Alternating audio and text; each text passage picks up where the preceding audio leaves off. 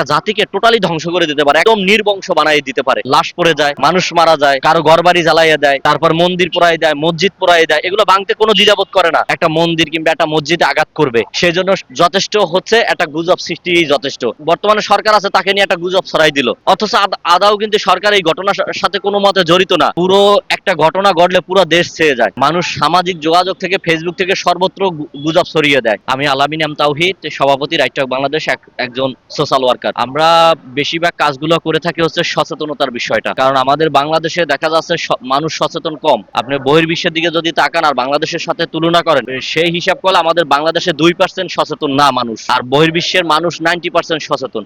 এর মধ্যে একটি আপনার উদাহরণ যদি দিতে চাই, যে একটা গুজবের বিষয়, পুরো একটা ঘটনা ঘটলে পুরো দেশ ছেয়ে যায়। মানুষ সামাজিক যোগাযোগ থেকে, ফেসবুক থেকে সর্বত্র গুজব ছড়িয়ে দেয়। যেমন মনে করেন একটা ধর্মীয় একটা মন্দির কিংবা একটা মসজিদে আঘাত করবে, সেজন্য যথেষ্ট হচ্ছে একটা গুজব সৃষ্টি যথেষ্ট। সেখানে দেখা যাচ্ছে লাশ পড়ে যায়, মানুষ মারা যায়, কারো ঘরবাড়ি জ্বালাইয়া দেয়, তারপর মন্দির পোড়াই দেয়, মসজিদ পোড়াই দেয়। এগুলো ভাঙতে কোনো দ্বিধাবোধ করে না। এটা হচ্ছে আমাদের বাঙালি সমাজের মধ্যে একটা যে ধর্মীয় যে একটা শিক্ষার যে অভাব রয়েছে, সেটি একেবারে বিশাল বলা চলে। পরিবারের যে উদাসীনতা, মা বাবার যে সন্তানের প্রতি যে উদাসীনতা, যেটা ছোটবেলা থেকে শিক্ষা দিবে, সেইটা কিন্তু আধাও মোটেও না থাকার কারণে কিন্তু এই প্রবলেম গুলো বেশি হচ্ছে বাংলাদেশে। আপনি যদি দেখেন যে বিভিন্ন ধরনের আমরা যখন এই সমাজে চলাফেরা করি, যেমন একটা বর্তমানে সরকার আছে, তাকে নিয়ে একটা গুজব ছড়াই দিল, অথচ আদাও কিন্তু সরকার এই ঘটনার সাথে কোনো মতে জড়িত না। কিন্তু আমরা যখন এই তথ্যটা অনলাইনে যখন যাচাই বাছাই না করে আরেকজন স্ট্যাটাস দিছে, সেটাকে আমি কপি করে নিয়েই ছেড়ে দিলাম, এইটার উপরে ডিফেন্ড করলাম, বিশ্বাস করলাম। এইটা দেখা যাচ্ছে কি এই গুজবের কারণে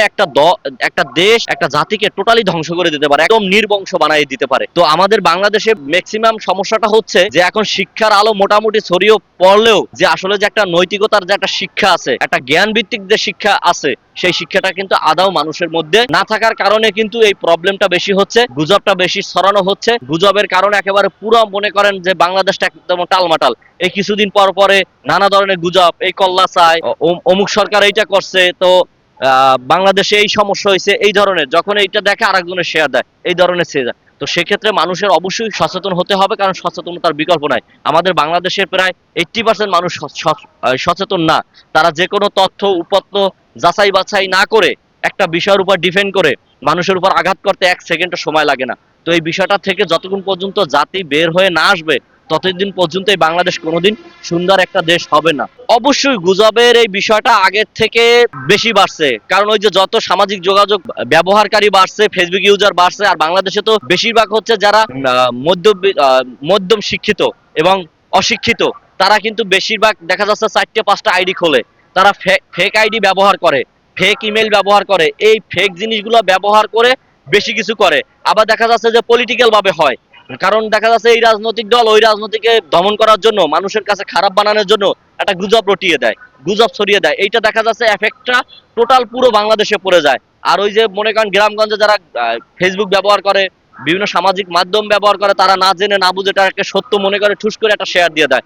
যেমন আজকে গণমাধ্যমের মানুষ বেশি দেখে না, ওই লিঙ্কে যাইয়া ওইটাকে বিশ্লেষণ করে না, না করার কারণে এই প্রভাবটা বেশি হচ্ছে আগের চেয়ে। কারণ আমার সঠিক তথ্য জানতে হলে যেতে হবে গণমাধ্যমে, ক্লিক করতে হবে।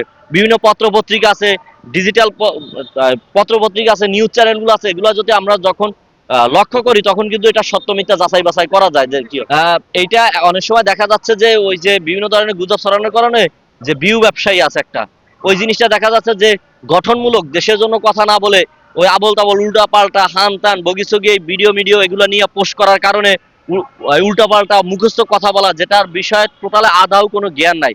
আমি যদি একটা বিষয় কথা বলি, আমি এই যে গুজবের বিষয়ে কথা বললাম, গুজব একটা আমি কয়েকটা সোর্স দিয়েছি যে কিভাবে এটা সৃষ্টি হয়, কোন জায়গাটা থেকে আসে। কেউ একটা উস্কানিমূলক একটা বক্তব্য দিল, একটা পোস্ট দিল, এটা ছড়িয়ে যায়। তো দেখা যাচ্ছে এরকম কিছু গণমাধ্যম আছে যারা আদাও টোটালে অনলাইন সম্পর্কে মোটেও ধারণা নাই, শিক্ষা সম্পর্কে মোটেও ধারণা নাই, নীতি নৈতিকতা সম্পর্কে ধারণা নাই। তাদের একটা মনে করেন ইন্টারভিউ নিয়ে কিছু পত্র পত্রিকা আছে ভিউ বাড়ানোর জন্য, যারা আদাও কোনো সাংবাদিকতা করে না, তারা হলুদ সাংবাদিকতাও না, তারা টোটালি না, তাদেরকে বলা যায় ইউটিউব বিনোদন।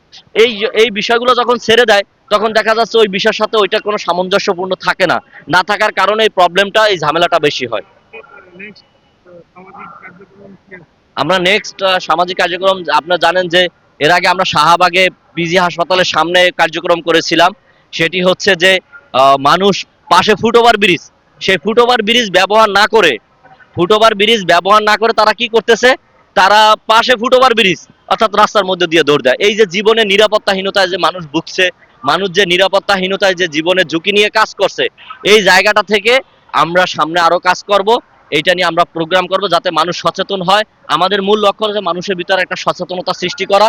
যেহেতু নতুন বাংলাদেশ গড়তে হলে সচেতনতার কোনো বিকল্প নাই, তো সেই ক্ষেত্রে আমরা সচেতনতাটা বেশি বাড়াচ্ছি মানুষের ভিতরে। কারণ আমরা সচেতন হলেই আমাদের দেশ একেবারে 90% উন্নতির দিকে এগিয়ে যাবে এবং ভালোর দিকে এগিয়ে যাবে।